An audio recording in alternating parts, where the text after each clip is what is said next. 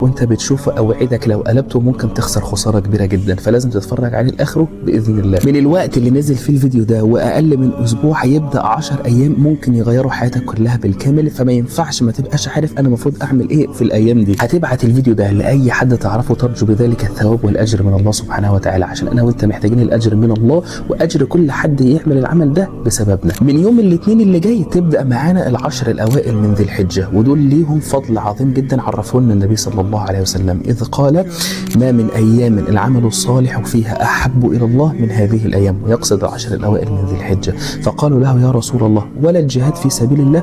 قال ولا الجهاد. الجهاد ده ذروة سلام الإسلام، يعني مفيش حاجة أعلى من كده، إلا شخص واحد راجل خرج بنفسه وبماله فلم يرجع بذلك من شيء، يعني واحد طلع في سبيل الله بنفسه وبماله وما رجعش بأي حاجة، فده مش هنعرف نعلي عليه. طب أنا المفروض أعمل إيه بقى في الأيام دي؟ أنا عايزك تركز معايا واحدة واحدة. أول حاجة أنا مش هتكلم في الصلاة، لأن الصلاة ما فيش حاجة اسمها مسلم ما بيصليش، لأن أنا ممكن أعمل كل الأعمال دي ومبقاش بصلي فلا يقبل مني شيء في الآخرة والعياذ بالله. تاني حاجة الصيام، وده من جملة العمل الصالح اللي مذكورة في الحديث، فعادي إن احنا نصوم الأيام دي. وتاني حاجة إن كل عمل ابن آدم له إلا الصوم فإنه لي وأنا أجزي به، فأجره عظيم جدا، فما يفوتكش الأيام دي إنك تصومها. هصوم ال10 أيام؟ لا، هصوم 9 بس، لأن يوم العاشر ده بيبقى أول يوم عيد حرام إن أنت تصومه.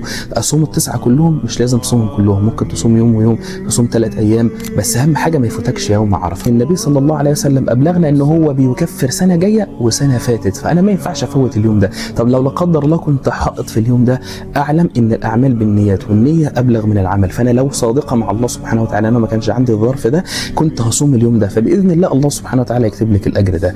ثالث حاجة صدقة، ذكر، قيام قرآن. الصدقة رب درهم سبق 1000 درهم، فأنا بعمل إيه؟ ممكن أتصدق لو كل يوم بجنيه على حسب حالتي المادية، أعرف أزود يا ريت طبعا.